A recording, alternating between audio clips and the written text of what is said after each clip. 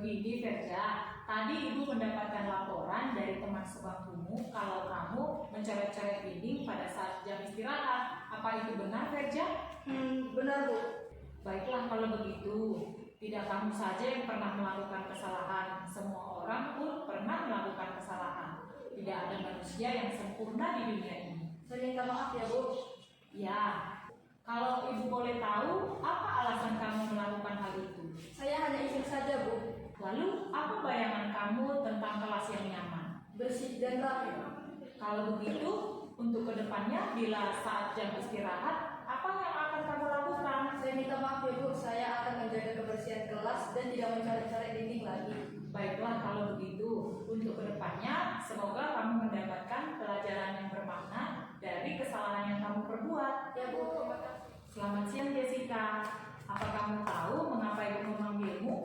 Karena kemarin waktu ujian semester saya mencontek Bu. Coba kamu ceritakan bagaimana kejadiannya.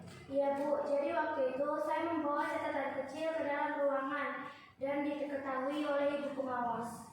Oh begitu. Baiklah, Ibu yakin tidak ada siswa yang sempurna. Kamu sudah baik mau mengakui kesalahan yang kamu lakukan. Iya Bu, saya minta maaf. Kenapa kamu bisa sampai mencontek? Karena pelajarannya begitu sulit Bu. Jadi saya memutuskan untuk membawa catatan kecil. Saya minta maaf Bu. Tindakan itu benar atau salah? Salah Bu, saya tidak jujur dalam melakukan ujian akhir semester. Untuk kedepannya, apa yang akan kamu lakukan saat ujian sedang berlangsung? Saya akan tekun belajar dan akan bertanya kepada guru mapel apabila ada materi pembelajaran yang belum saya ngerti. Baiklah, kalau begitu, Bapak Ibu guru pasti akan dengan senang hati membantu kalian semua. Terima kasih Bu. Ya.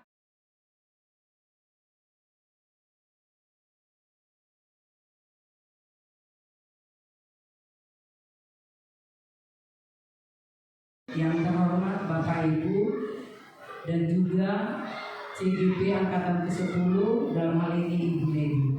Pertama-tama mari kita panjatkan puji dan syukur kehadirat Tuhan Yang Maha Esa, karena atas limpahan rahmat dan karunia-Nya kita semua dapat berkumpul hari ini dalam keadaan sehat walafiat.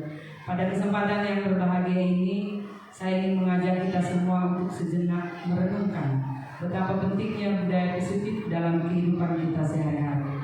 Budaya positif adalah landasan yang kokoh bagi kemajuan individu maupun masyarakat.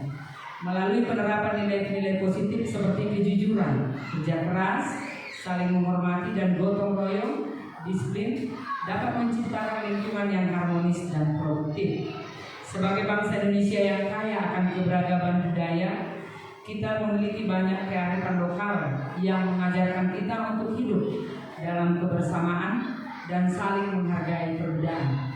Nilai-nilai ini tidak hanya memperkuat identitas kita sebagai bangsa, tetapi juga memupuk rasa persatuan dan kesatuan di tengah kemajemukan.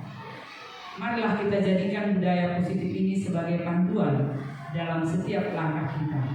Dengan demikian kita hanya berkontribusi pada kemajuan diri sendiri dan juga kesejahteraan bersama. Semoga melalui acara ini kita dapat saling berbagi ilmu dan pengalaman yang bermanfaat, serta semakin mempererat tali silaturahmi di antara kita semua.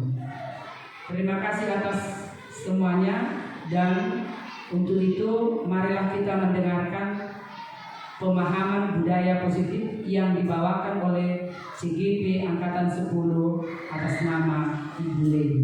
Sekian dan terima kasih. Baik, terima kasih kepada kepala sekolah yang sudah membuka acara kita pada pagi hari ini, yaitu menyebarkan pemahaman dan pengalaman penerapan budaya positif. Pertama-tama kita tetap mengucapkan puji dan syukur kehadirat Tuhan karena berkat kasih-Nya dan kemurahan-Nya kita boleh berkumpul di sekolah ini dalam keadaan sehat dan tidak kurang satu apapun.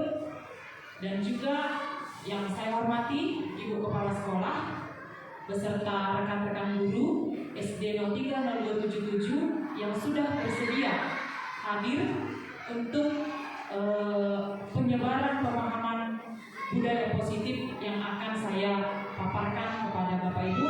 Terima kasih buat waktu dan kesediaannya. Baiklah, sebelum saya memaparkan tentang budaya positif, izinkan saya menyampaikan pantun kepada kita semua supaya kita semangat. Pergi rapat di hari Sabtu, membawa tenda tidak berpintu. Izinkan saya berbagi ilmu budaya positif agar kita menjadi guru bermutu. Terima kasih Bapak Ibu. Nah, di sini saya akan memaparkan bagaimana pemahaman dan pengalaman penerapan budaya positif. Di sini saya dalam hal CGP Angkatan 10 sedikit saya perkenalkan. Di sini ada yang namanya fasilitator. Beliau adalah Ibu Hapsoh Batubara. Kemudian pengajar praktis saya yang kemarin datang ke sekolah kita yaitu Bapak Ulman Sirait. Kemudian Bapak Ibu, saya mengajak kita semua guru-guru SD Teladan untuk belajar bersama, berkolaborasi, saling mendukung demi mewujudkan disiplin positif di sekolah kita tercinta. Jadi, mengenai budaya positif ada konsep-konsepnya yang akan saya paparkan. Pertama, konsepnya adalah perubahan paradigma belajar. Yang kedua adalah disiplin positif. Ketiga, kebutuhan dasar manusia. Keempat, motivasi perilaku manusia. Kelima, posisi kontrol restitusi. Keenam, keyakinan kelas. Dan yang ketujuh adalah segitiga restitusi.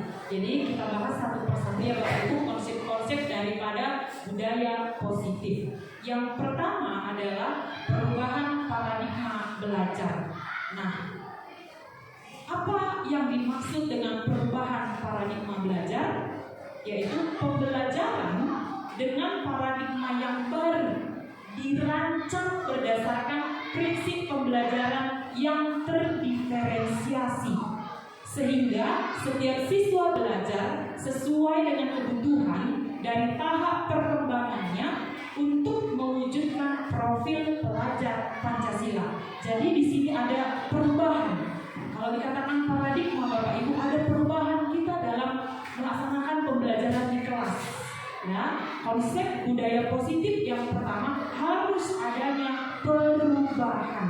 Maka dikatakan konsep yang pertama adalah perubahan paradigma belajar. Bagaimana perubahan yang dimaksud? Di situ adalah ada pembelajaran yang terdiferensiasi. Artinya adalah perubahan bentuk ke bentuk yang lebih sempurna atau yang lebih bagus atau yang lebih berkembang ya di dalam pembelajaran yang kita laksanakan di kelas.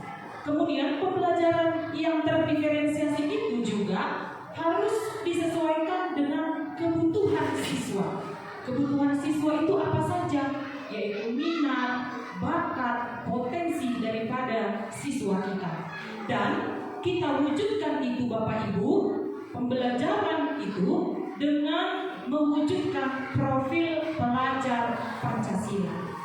Apa saja profil pelajar Pancasila Bapak Ibu? Yang pertama, beriman, bertakwa kepada Tuhan Yang Maha Esa. Yang kedua, berkebinekaan global. Yang ketiga, mandiri, bergotong royong, bernalar kritis, dan kreatif. Nah, inilah yang dimaksud dengan perubahan paradigma belajar. Kemudian konsep yang selanjutnya adalah disiplin positif.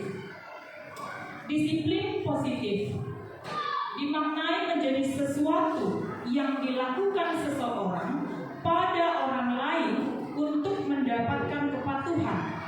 Kita cenderung menghubungkan kata disiplin dengan ketidaknyamanan. Kalau begitu Bapak Ibu, saya mau bertanya, apa arti daripada disiplin?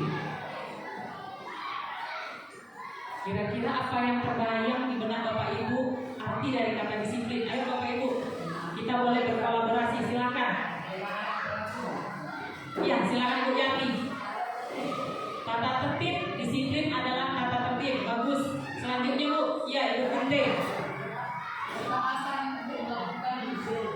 Ketaatan untuk melakukan peraturan. Betul Bu. Ada lagi tanggapan yang lain Bapak Ibu? Apa arti dari kata disiplin yang ada di benak Bapak Ibu? Ketaatan, peraturan, iya, peraturan yang harus ditakuti. Makanya di sini dikatakan tadi kita cenderung menghubungkan kata disiplin dengan ketidaknyamanan. Ada hal yang tidak nyaman dari kata disiplin tersebut karena bersifat dia memaksa dan mengikat disiplin tersebut. Maka dia cenderung kita hubungkan dengan ketidaknyamanan. Kemudian sebagai pendidik, tujuan kita adalah menciptakan disiplin diri anak-anak sehingga mereka bisa berperilaku dengan mengacu pada nilai-nilai kebajikan universal dan memiliki motivasi intrinsik bukan ekstrinsik. Jadi di sini kita sebagai pendidik, tujuan kita bagaimana menciptakan anak-anak itu Bapak Ibu untuk memiliki disiplin dari dalam dirinya sendiri. Motivasinya dari dalam, bukan dari luar, ya. Motivasinya yaitu intrinsik, bukan ekstrinsik, dan harus mengacu pada nilai-nilai kebajikan universal. Apa itu harus mengacu kepada nilai-nilai kebajikan universal, Bapak Ibu? Profil pelajar Pancasila tadi, itulah kebajikan, nilai-nilai kebajikan universal. Nilai-nilai yang kita percaya dari dalam diri kita, yaitu kepercayaan kepada Tuhan, kejujuran, kemandirian, bertanggung jawab. Itulah semua motivasi yang berasal dari dalam diri kita, yang mau kita ajarkan kepada anak-anak kita supaya dia mempunyai disiplin diri. Itu motivasinya dari dalam diri, bukan dari luar dirinya. Ya. Kemudian disiplin positif merupakan salah satu cara penerapan disiplin yang bertujuan untuk menumbuhkan kesadaran serta memberdayakan anak untuk melakukan sesuatu tanpa sogokan, ancaman maupun hukuman. Maksudnya apa di sini Bapak Ibu? Ketika seorang anak itu sudah memahami pelaksanaan disiplin diri itu berdasarkan dari dalam motivasi intrinsik dari dalam dirinya, maka dia melakukan disiplin itu tidak lagi berdasarkan karena adanya takut karena hukuman. Dia tidak lagi takut karena hukuman. Dia tidak mau lagi disogok. Dia tidak takut lagi dengan ancaman karena dia sudah melakukan disiplin itu dari dalam dirinya sendiri. Baik Bapak Ibu, kita lanjutkan konsep budaya positif yang selanjutnya, yaitu kebutuhan dasar manusia. Ya Bapak Ibu, ini adalah kebutuhan kita semua sebagai manusia. Yang pertama, kebutuhan dasar manusia itu Bapak Ibu, yaitu bertahan hidup. Bertahan hidup ini di sini maksudnya adalah kebutuhan tentang fisik daripada manusia. Apa saja yang termasuk ke dalam bertahan hidup, yaitu kesehatan, kemudian rumah, kemudian makanan. Iya betul Ibu, makanan. Itulah kebutuhan dasar manusia yang paling pertama, yaitu bertahan untuk hidup. Kemudian yang kedua yaitu kasih sayang dan rasa diterima.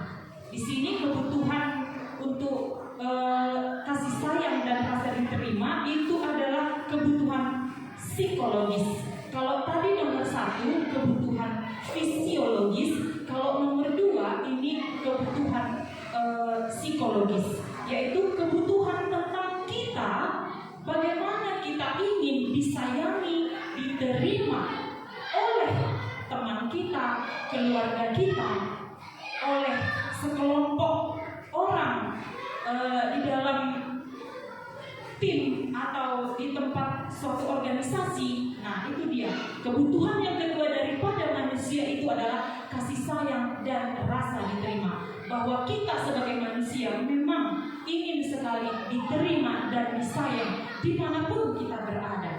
Yang ketiga, penguasaan. Penguasaan di sini maksudnya Bapak Ibu, ini adalah kebutuhan tentang kita bisa mencapai sesuatu. Dimanapun kita berada, kita ingin atau anak ingin dia itu sesuai dengan potensinya, ingin mencapai sesuatu hal, sehingga ketika dia mencapai suatu hal yang dia inginkan, dia itu diterima sebagai orang yang berprestasi di sekolah itu. Nah, inilah yang dimaksud dengan kebutuhan penguasaan. Karena dia menguasai satu bidang, misalnya matematika, dia pintar, lalu dia mengikuti olimpiade dan dia bisa menang di olimpiade matematika, sehingga kita mengakuinya bahwa dia berprestasi. Nah, itulah yang dimaksud dengan kebutuhan penguasaan, bahwa kita sebagai manusia itu ada rasa ingin dihargai, Bapak Ibu. Yang keempat, kebebasan. Kebutuhan manusia yang keempat adalah kebebasan. Bagaimana yang dimaksud dengan kebebasan ini, Bapak Ibu? Kebebasan di sini maksudnya adalah kekuatan seseorang untuk bebas secara mandiri, secara dirinya sendiri, bebas dia memilih apa yang dia inginkan. Itulah yang dimaksud dengan kebebasan. Memilih sesuai yang dia suka, sesuai yang diminatinya, sesuai dengan potensinya. Dia bebas memilih apa gaya, cara belajar yang dia suka. Nah, kemudian yang kelima, kebutuhan dari manusia adalah kesenangan. Setiap kita, Bapak Ibu, dan semua anak-anak kita itu membutuhkan kesenangan. Semua manusia membutuhkan kesenangan. Baik yang muda, yang remaja, dewasa hingga yang tua, semua membutuhkan kesenangan. Kebutuhan di sini adalah bagaimana dia senang dalam belajar, senang dalam melakukan sesuatu tanpa paksaan. Itulah kebutuhan daripada manusia yang kelima, yaitu kesenangan. Kemudian kita lanjut konsep daripada disiplin positif. Yang selanjutnya adalah motivasi perilaku manusia. Di sini dari konsep motivasi perilaku manusia ada 3. Menurut Diana Gosen menyatakan ada 3 motivasi perilaku manusia. Yang pertama motivasinya, Bapak Ibu, untuk menghindari ketidaknyamanan atau hukuman. Nah, ini yang seringkali kita jumpai, yang seringkali kita temui pada anak-anak kita dan pada kebanyakan orang. Kita melakukan disiplin yang paling pertama menurut Diana Gosen itu adalah untuk menghindari ketidaknyamanan atau hukuman. Misalnya, kita datang ke sekolah, tidak mau terlambat, pasti untuk menghindari hukuman dari pimpinan. Nah, makanya motivasi yang pertama itu adalah untuk menghindari ketidaknyamanan atau hukuman. Di sini murid melakukan disiplin diri karena ia takut dihukum, dan motivasi ini sifatnya berasal dari luar atau eksternal. Yang kedua, motivasi perilaku manusia untuk mendapatkan imbalan atau penghargaan dari orang lain. Nah, bagaimana maksudnya ini? Kita melakukan disiplin atau peraturan hanya untuk mendapatkan imbalan, bukan harus bentuknya materi. Bisa saja imbalan atau penghargaan itu berupa pujian. Aduh, bagus ya nak, kamu tidak pernah terlambat. Jadi motivasi yang kedua itu berdasarkan dari imbalan atau penghargaan. Dia senang dipuji. Nah, ini juga motivasinya, Bapak Ibu, tetap masih berasal dari luar dirinya, yang disebut dengan motivasi eksternal, belum dari dalam dirinya. Kemudian motivasi perilaku yang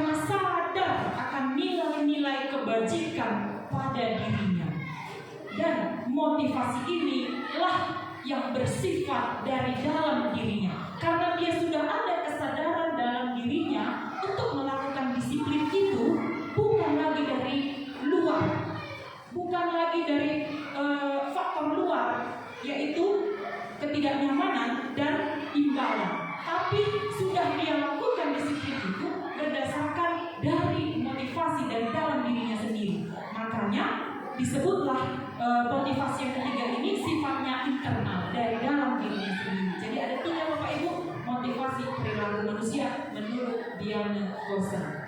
Selanjutnya konsep budaya positif. Oke, di sini kita mau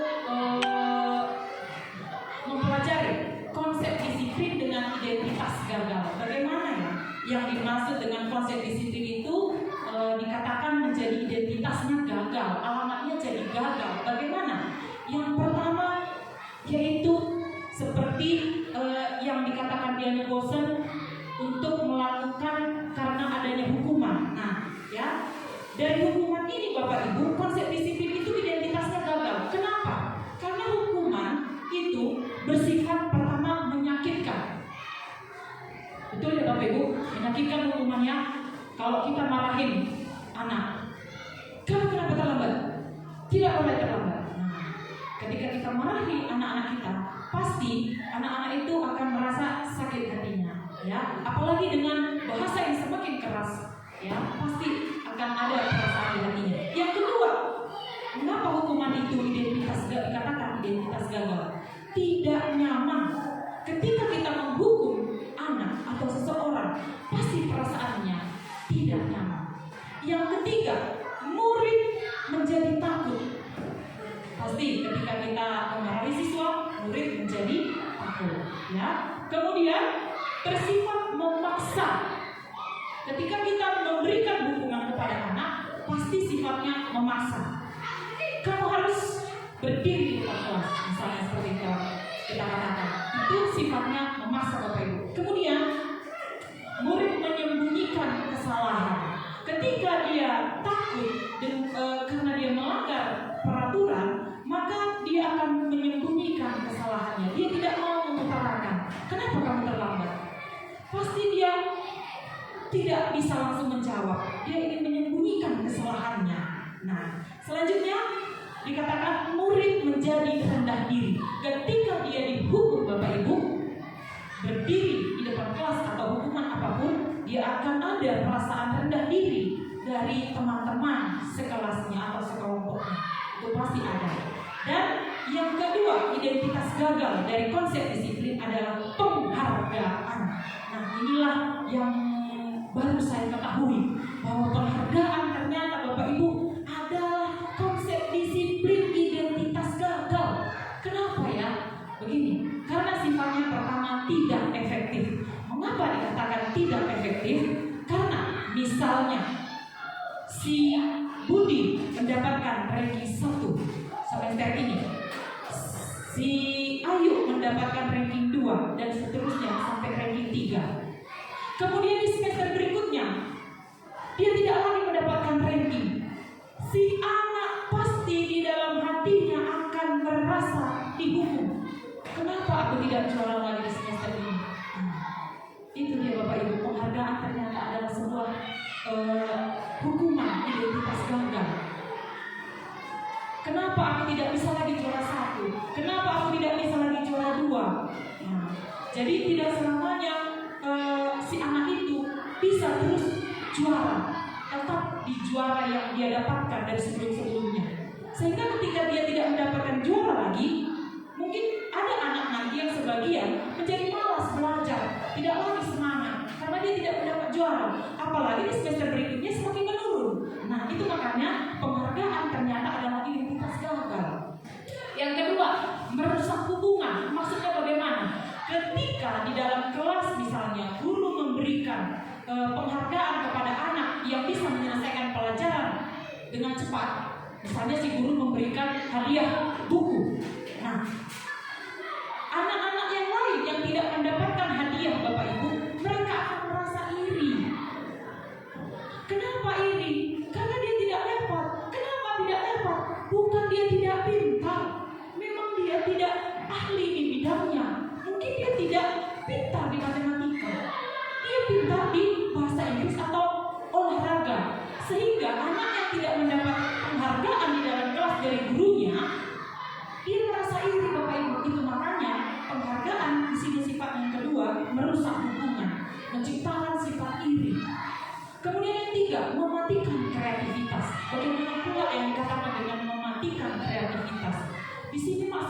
seperti yang tadi contoh kedua saya sampaikan, ketika anak-anak itu mendapatkan penghargaan dari gurunya, anak-anak yang tidak mendapatkan ini selain iri, dia juga menjadi tidak semangat melakukan tugas yang diberikan gurunya. Karena apa? Ya memang dia tidak sanggup melakukannya, mengerjakan matematika itu, sehingga dapat mematikan kreativitas anak. Dia jadi tidak semangat, Bapak Ibu. Paham ya Bapak Ibu? Kemudian menghukum dengan ranking. Nah, ini tadi sudah saya paparkan di pertama, menghukum dengan ranking. Ketika anak di semester ini mendapatkan ranking 1 atau ranking 2 atau ranking 3, di semester berikutnya dia tidak dapat ranking lagi. Di semester berikutnya semakin menurun, di semester berikutnya semakin menurun, maka si anak akan menjadi tidak semangat lagi untuk mengejar prestasinya. Maka dikatakan Bapak Ibu menghukum itu. Ranking itu adalah memberi hukum. Ya, di sini termasuk dalam identitas gagal. Yang terakhir dari penghargaan itu adalah merampas hak menghargai dirinya. Maksudnya ini bagaimana Bapak Ibu?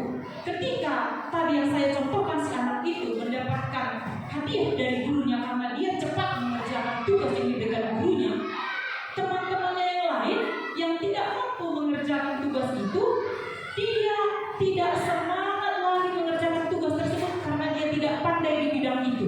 Sehingga dengan sendirinya kita sudah merampas hak menghargai dirinya sebagai siswa kita. Karena apa? Secara tidak sadar kita sudah merampas haknya. Dia seolah-olah dia tidak sanggup mengerjakan pelajaran pada saat yang diberikan gurunya. Mungkin di pelajaran lain dia bisa. Nah, itulah dia mengapa penghargaan dikatakan sebagai konsep disiplin dengan identitas gagal. Jadi bagaimana konsep disiplin dengan identitas sukses? Kita lihat Bapak Ibu, konsep disiplin dengan identitas sukses. Yang pertama adanya konsekuensi. Yang kedua adanya restitusi. Kita bahas satu-satu. Konsekuensi.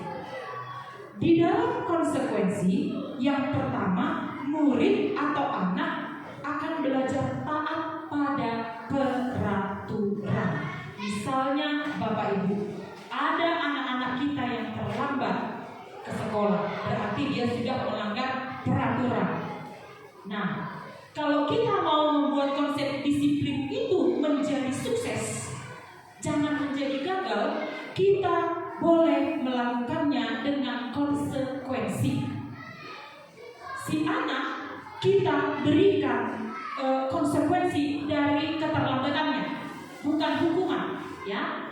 Bagaimana caranya, Bapak Ibu? Caranya ketika dia terlambat atau melanggar peraturan yang kita berikan baik di sekolah ataupun di dalam kelas, jadi kita memberikan konsekuensi ketika dia terlambat atau tidak mengerjakan tugas.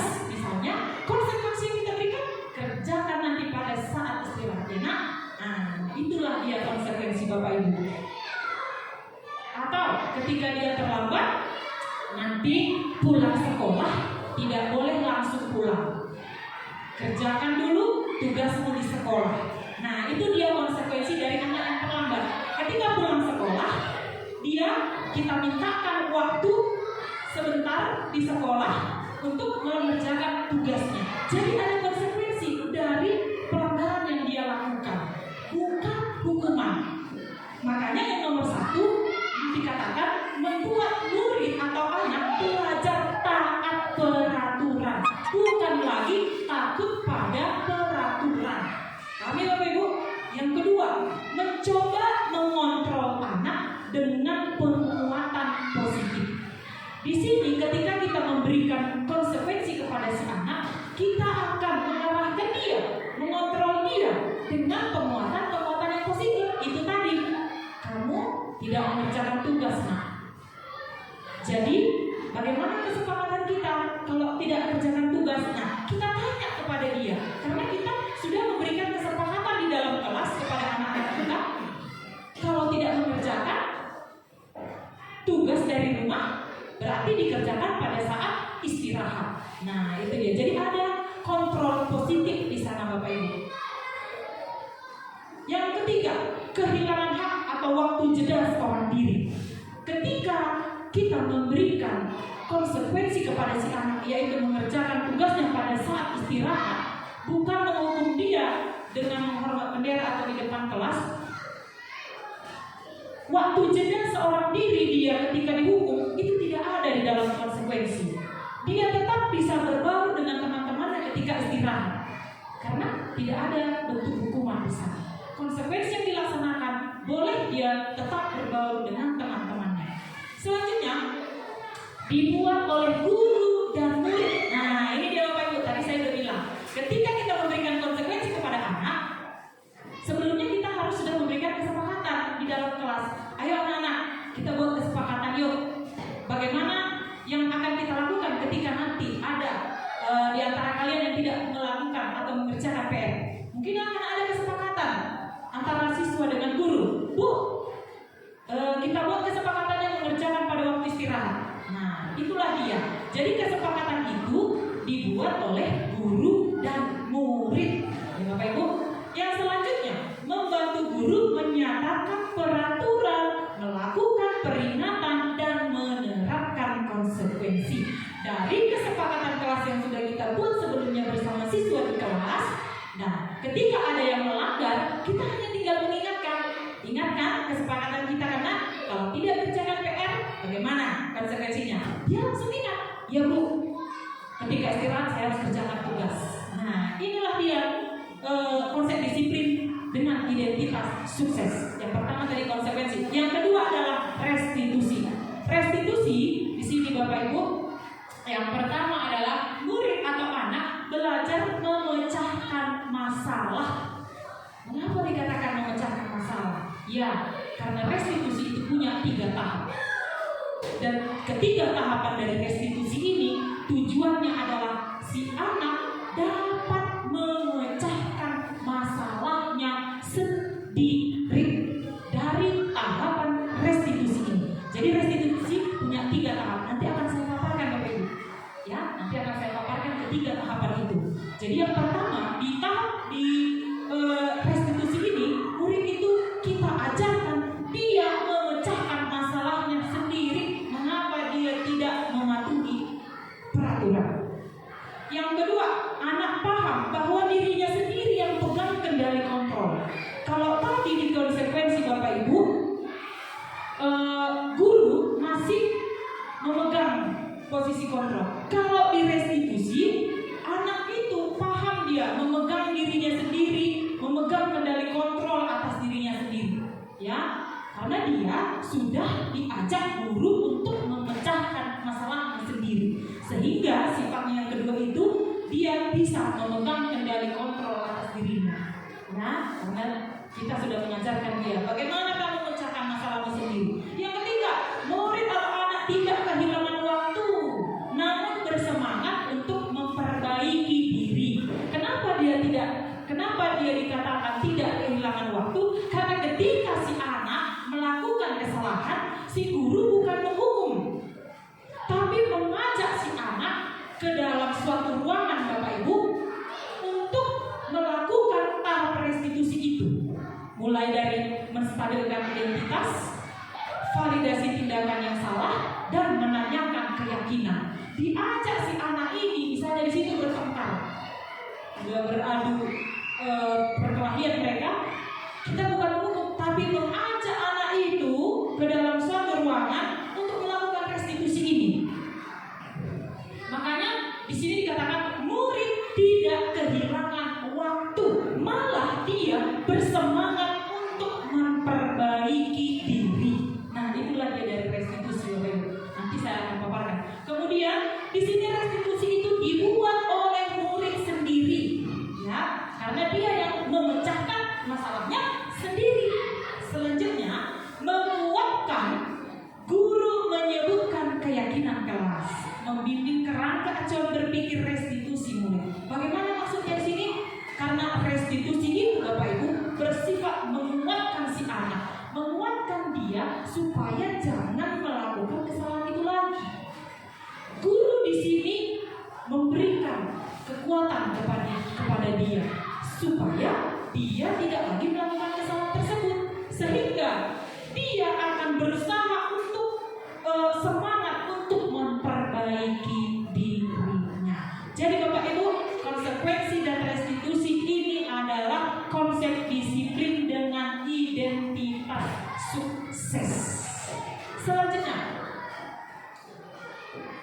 Perbedaan hukuman, konsekuensi, dan restitusi. Apa sih perbedaannya?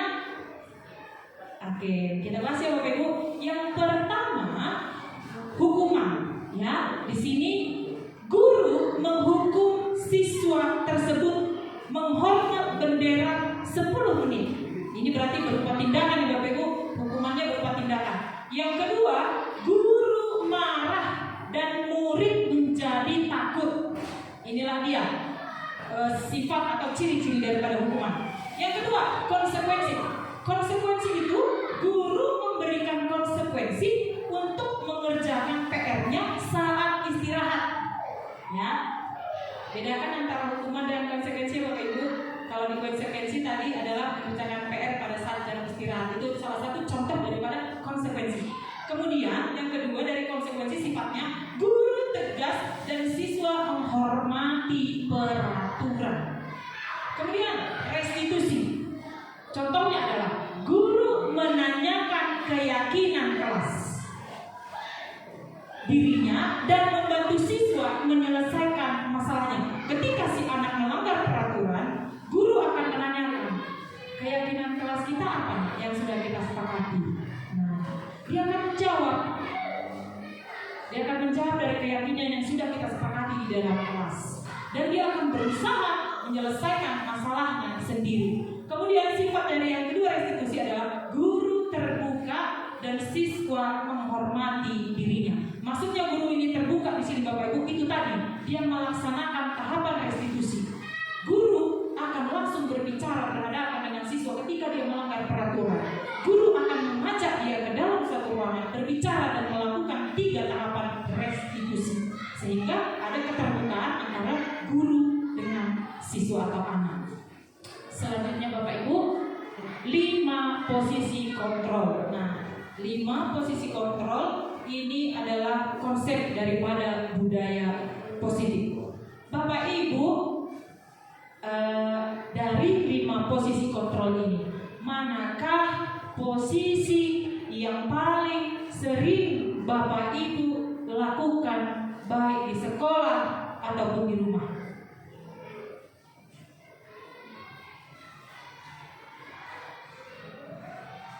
Posisi penghukum kah? Pembuat rasa bersalah ya? Paling enggak? Pemantau. Ibu Putih? Teman?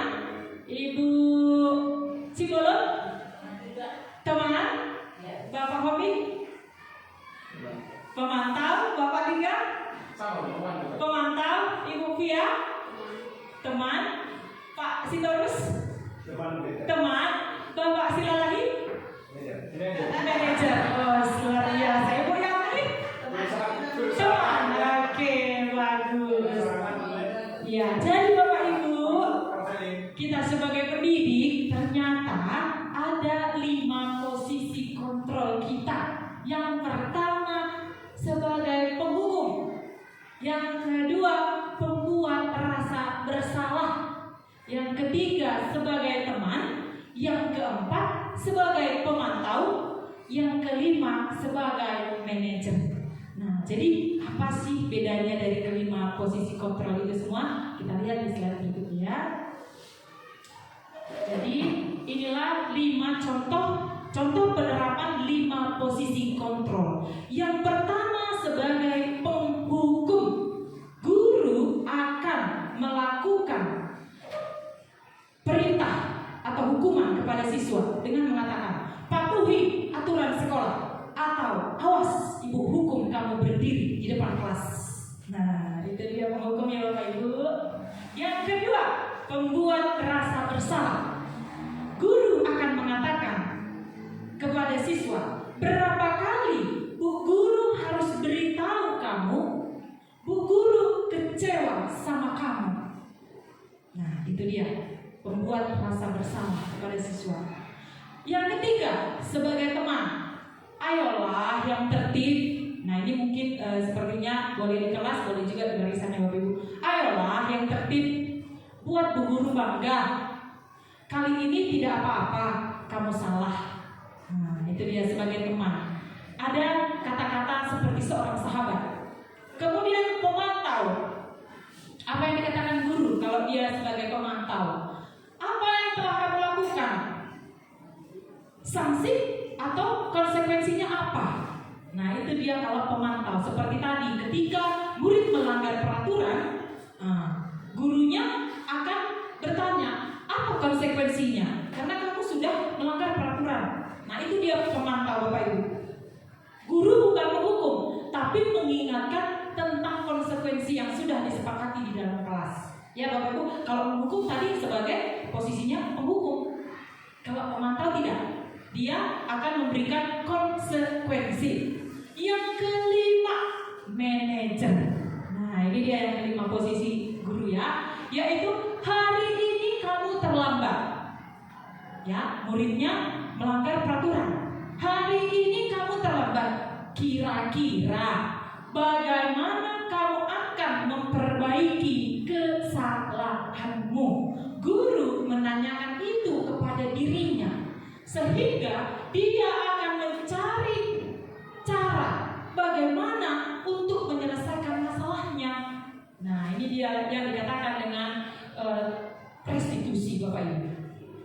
Ya. Nah, kemudian konsep selanjutnya tentang budaya positif adalah keyakinan kelas. Nah, Bapak Ibu, mengapa keyakinan kelas? Mengapa tidak peraturan kelas saja? Karena kan yang selama ini, dimanapun kita berada di dalam suatu institusi, organisasi, yang ada itu kan peraturan. Apalagi di sekolah, biasanya kan harus peraturan. Kenapa bukan peraturan saja? Kenapa harus keyakinan kelas?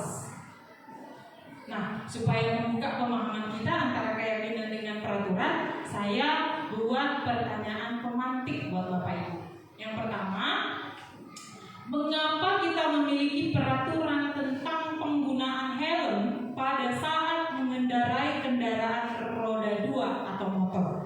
Bapak Ibu. Ya, silakan Pak Lingga. Terima kasih. Jadi kita sendiri harus yakin bahwasanya pengendara itu berguna untuk kita, untuk keselamatan kita di perjalanan. Iya, bagus, tepuk tangan buat Pak Lingga, Bapak Ibu. Betul sekali ya.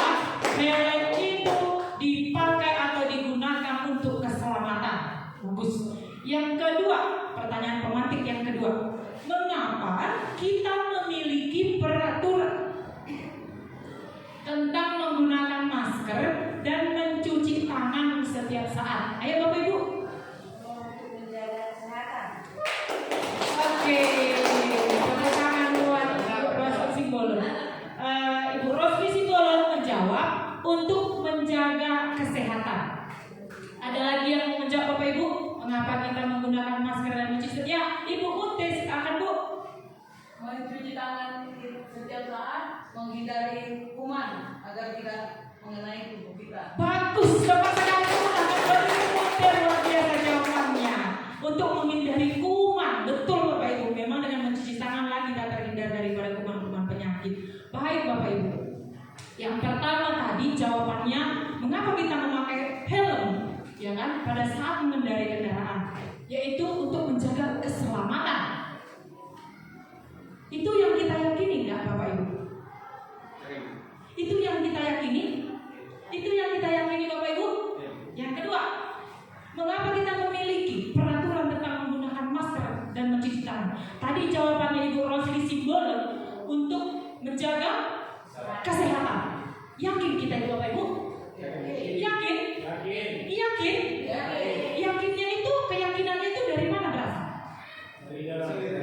Dari dalam diri sendiri, dari dalam hati. Nah, itulah dia Bapak Ibu. Dikatakan keyakinan kelas, bukan peraturan. Jadi, yang berasal dari dalam diri kita, keyakinan yang dari dalam diri kita, asalnya berasal dari dalam diri, itu nanti yang bisa kita lakukan tanpa adanya paksaan, tanpa adanya ancaman atau penghargaan, tanpa takut dengan hukuman, kalau sudah ada kesadaran dari dalam diri kita. Kesadaran itu bentuknya adalah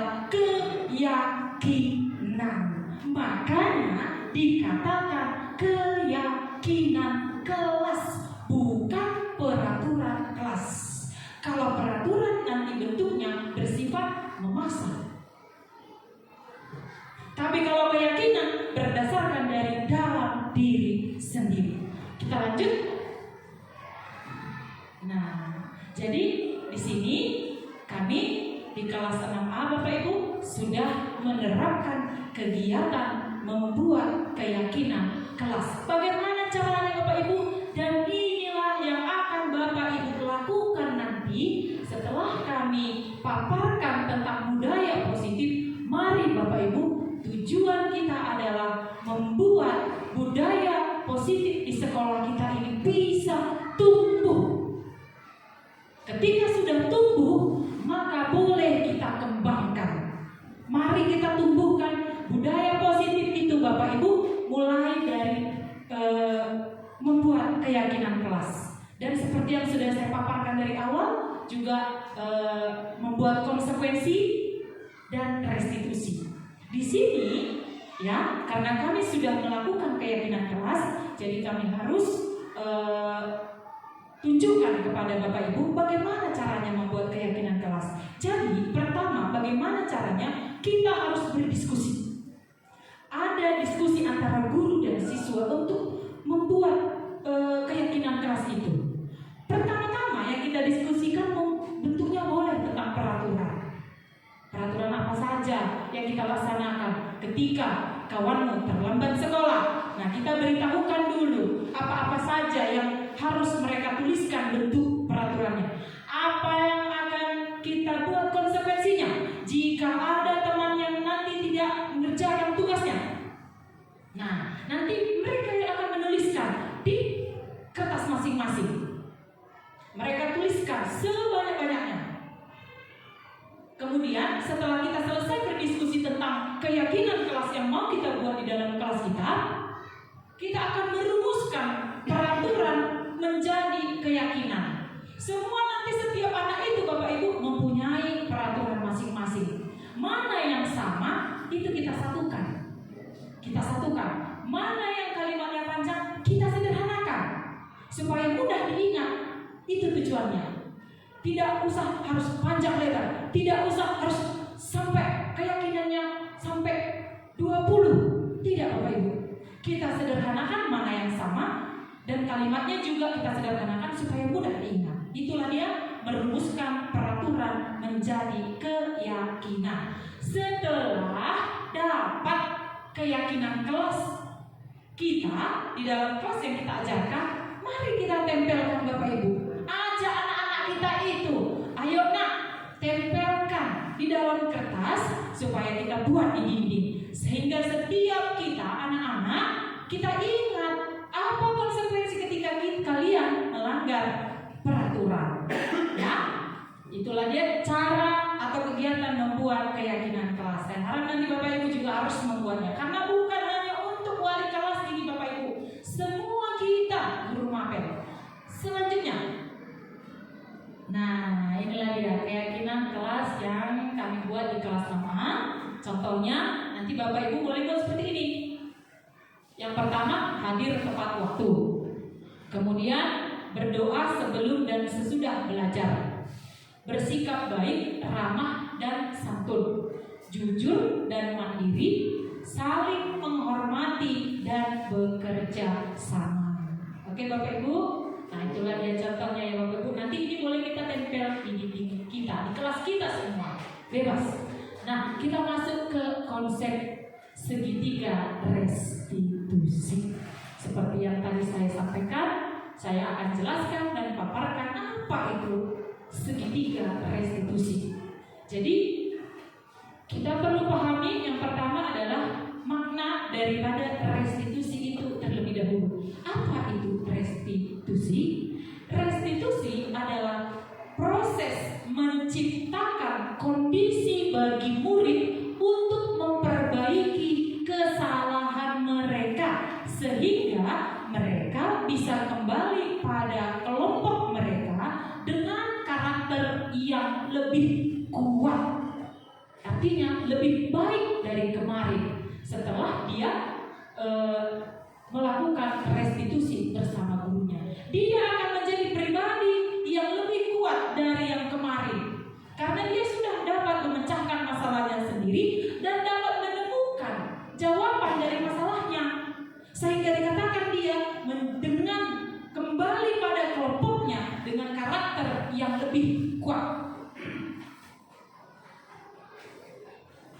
Mengapa bisa seperti itu Bapak Ibu? Karena saya tadi sudah sampaikan, segitiga restitusi ada 3 tahapannya.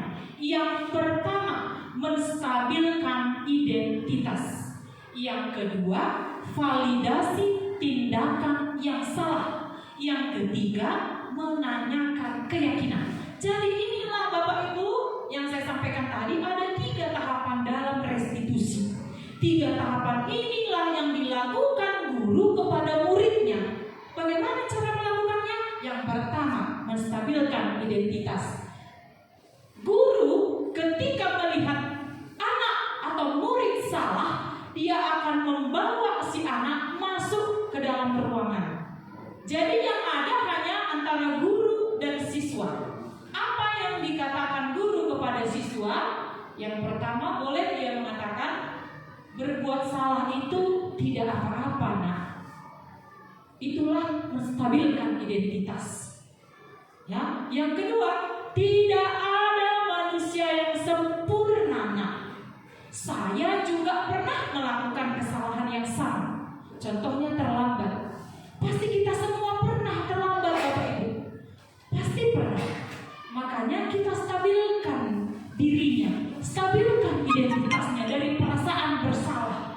Karena dia sudah melanggar peraturan. Distabilkan identitasnya dengan cara bagaimana? Inilah dia kalimat-kalimat yang disampaikan oleh guru kepada murid. Yang kedua, validasi tindakan yang salah. Bagaimana dan apa yang dikatakan guru kepada siswa untuk memvalidasi tindakannya yang salah? Pertama, padahal kamu bisa melakukan yang lebih buruk dari ini, ya. Ya kan Bapak Ibu? Seorang anak atau semua kita manusia pasti kalau kita melakukan kesalahan kecil, lebih dari situ pun pasti bisa kita lakukan. Makanya kita validasi tindakannya. Yang kedua, kamu pasti punya alasan mengapa melakukan hal itu. Jadi kalau kita berbuat kesalahan, pasti ada alasannya. Yang ketiga, kamu patut bangga pada dirimu sendiri karena kamu telah melindungi sesuatu yang penting buatmu. Misalnya dia mau ditonjok, dia melindungi diri. Kan Bapak itu, Bu, bagaimana cara dia melindungi diri? Mungkin dia juga menonjok lagi atau melindungi dirinya dengan cara yang dia tahu. Makanya guru bisa mengatakan, kamu patut bangga pada dirimu sendiri karena kamu telah melindungi sesuatu yang penting buatmu. Mungkin tanya mau ditonjok ya Bapak Ibu, jika dia melindunginya. Yang ketiga, tahapannya adalah menanyakan keyakinan. Inilah tahapan yang ketiga. Apa yang dikatakan guru kepada si anak? Apa yang kita percaya sebagai kelas atau keluarga? Di dalam kelas kita sudah membuat keyakinan, sehingga ketika si anak melakukan kesalahan, kita tanyakan, apa keyakinan yang kita percayai? Ketika kamu melakukan kesalahan ini, nak, misalnya, maka dia akan menjawab, begini Bu, dari keyakinan yang sudah kita buat, saya akan tinggal di dalam kelas. Tidak boleh pulang terlebih dahulu. Saya akan tinggal di dalam kelas, mengerjakan tugas saya 15 menit. Nah, dia akan mencari jawabannya sendiri Bapak Ibu kalau dia melakukan kesalahan. Kita bertanya kepada si anak. Yang kedua, apa nilai-nilai umum yang telah kita sepakati? Nah, itu dia pertanyaan kedua. Nilai-nilai berupa keyakinan kelas itu. Yang ketiga, apa bayangan kita tentang kelas yang ideal? Ketika dia melakukan pelanggaran disiplin, bagaimana yang kamu ketahui tentang kelas atau sekolah yang ideal? Misalnya dia terlambat ke sekolah, harus datang ke sekolah pukul 7.30 Bu. Nah, dia tahu menjawab tentang kelas atau sekolah yang ideal. Inilah dia daripada tahapan segitiga restitusi. Yang selanjutnya, penerapan tentang segitiga restitusi. Di sini Bapak Ibu, penerapannya sudah kami laksanakan juga. Bagaimana penerapan segitiga restitusi di sekolah kita.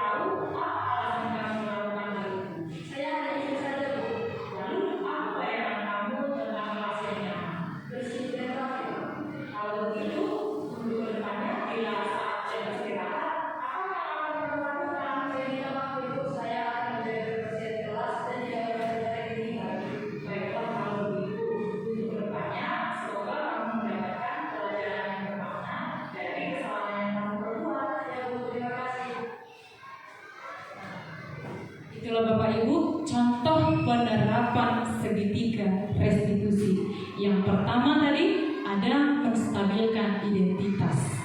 Yang kedua, validasi tindakan yang salah. Dan yang ketiga adalah menanyakan keyakinan. Kemudian